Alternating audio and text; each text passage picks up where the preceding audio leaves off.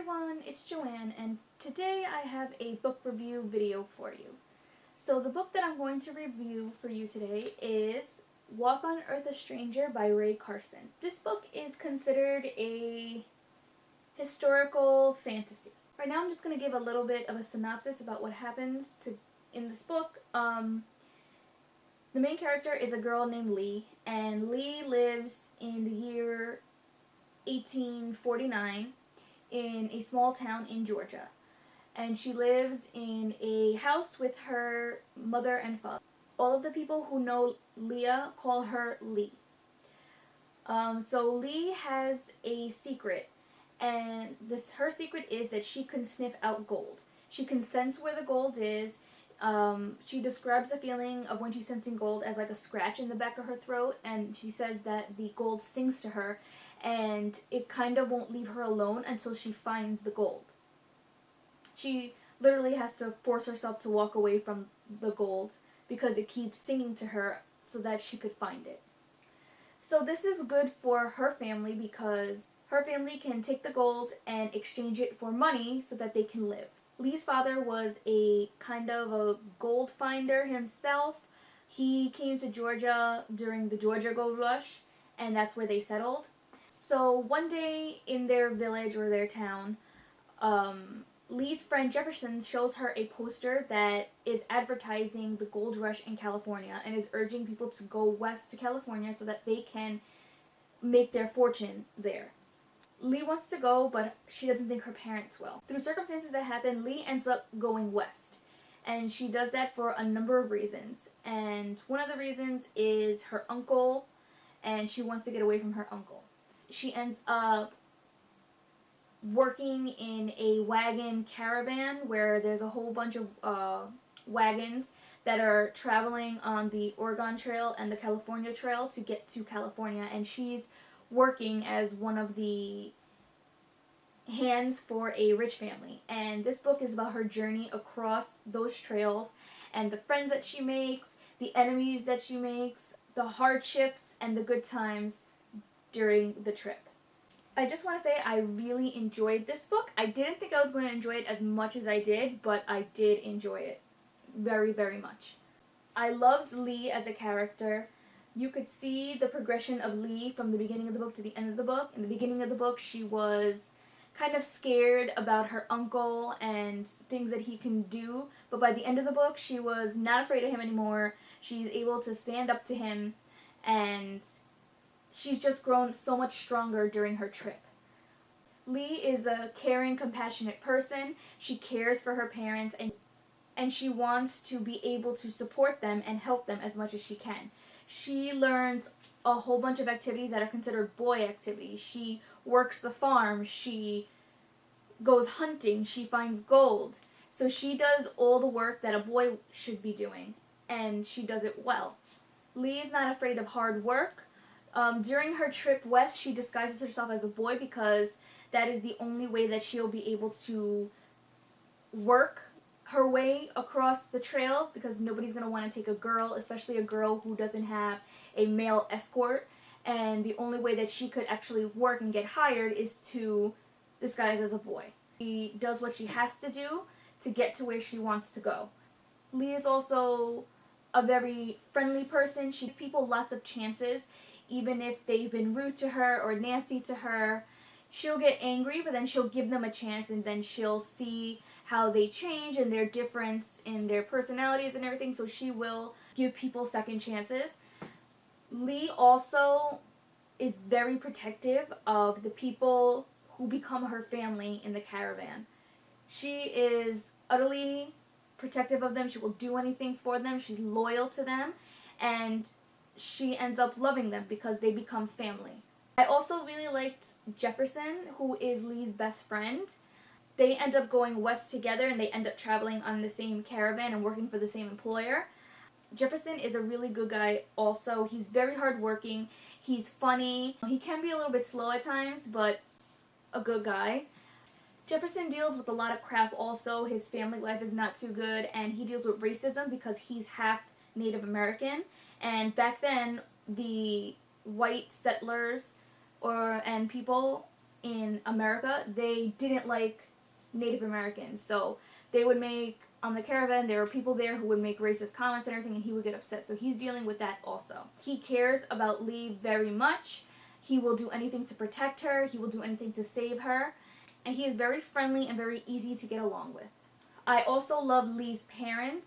Her dad was such a sweet person, the way that he would tell her stories over and over again of when she was little and her childhood and how he met her mother and everything. So I really, really liked him.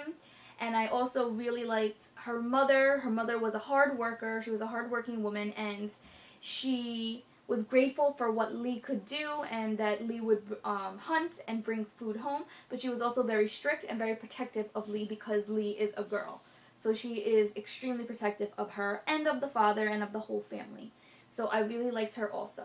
In the wagon caravan, the people that Lee works for are the Joyner family. At first, I really didn't like them.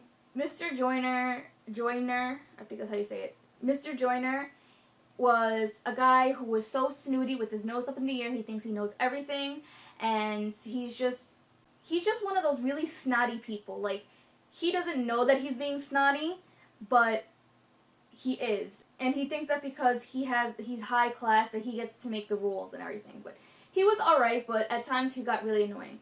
I didn't really like his wife, Miss Joyner, for most of the book. After certain events happen, after the book, she lightens up and she becomes so much more friendly, and she takes Lee on as her own child, and she trusts Lee so much with her own children and to help her during her hard times. So later on, she becomes such a wonderful person, and I really, really liked her. There are other people on this trip also. There is the German family who Jefferson and Lee make a friend of their daughter, and they are very prominent in the book also, and they become her family. There's also the French-Canadian family that comes, and the French-Canadian wife. She becomes very close with Lee, and Lee teaches her how to speak English, and they become very close.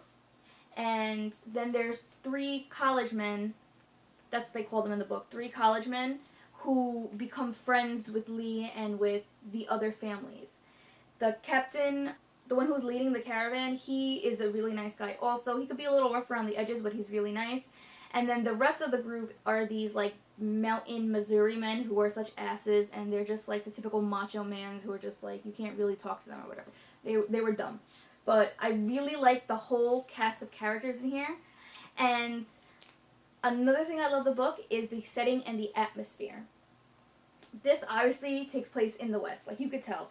From the way that they talk to the descriptions of the desert that they have to cross, or the descriptions of the towns that they go through, you could tell that this is such like an Old West kind of book, and I absolutely loved it. I loved it. You get a real visual for the places that Lee goes to because Rae Carson describes it so well. She describes all the oxen and all the mules and all the horses and everything on the trail, how hot it is on the trail, when they run into the wild buffalo, when they run into the Native Americans, when it becomes so hot that the animals start dying, when they finally find water and they go cool off and everything. Like, you could actually see it in your head, and it actually felt like I was there with them. It was so cool. Another thing I love about this book is the sense of family that you get in it. In the beginning, when all the families are starting on the trail and starting on this journey, they didn't really talk to each other that much. They got along with each other because they had to, but they were all each doing their own thing. And Lee and Jefferson were helping the Joyner family because they were hired by them. As the trip goes on, you could see them all forming friendships. They're helping each other. They're protecting each other. They're making sure nothing happens to each other. They're fighting against those asshole guys that are in the caravan also. They are sharing food with each other. So, and you could really see how all these people do become family. Like, by the end of the book, they are a family, and it's awesome. And I think it's so good because it shows that your family isn't only your blood, and that sometimes your blood isn't even your family because they could be crazy and want to do evil things to you. And that it's really the people who love you and the people who protect you that are family. So I just thought that that was so awesome because I haven't really read a book in a while that centers on family and friendship so much. But I think this one has a really good friend-family relationship among all of the characters. It's really, really amazing. I really liked it. There's not a lot of romance in the book. You can tell that Jefferson and Lee have feelings for each other. I mean, they've been best friends forever, so of course that kind of like turns into feelings or whatever. But the romance, there's not really a romance. Like, you could just tell that they like each other and that's it. There's no, like, kissing, there's nothing. There's, like, nothing to hint at a romance. And that kind of also has to play with the part that for most of the book, Lee is pretending to be a boy. So that would be kind of weird. During that time, you could see where there could be one in the next book. Now, I'm not going to lie that this book was kind of boring in some places. Those were few and far in between, but I do want to mention that it can get boring sometimes, but you have to stick with it, and it will pass. And it will get so, so good. So, and the ending leaves on kind of a cliffhanger, so that just ensures that I'm going to be reading the second book of this series, and I think that comes out on September 27th. I cannot wait for book 2 of this trilogy. I can't wait to see what's going to happen. The synopsis for the book 2 sounds so good, and I'm just itching to read it, and I can't wait. That's how good that this book was. So, obviously, I gave it a 4 out of 5 stars. So that's all I have for you for this video. I hope you guys liked it. If you read this book, you can comment down below and let me know some of your thoughts about it. Or you can comment down below and let me know if you would like to read this book or if you're planning on reading it, because it really is such an awesome book. So thanks for watching, and I will see you next time with another video.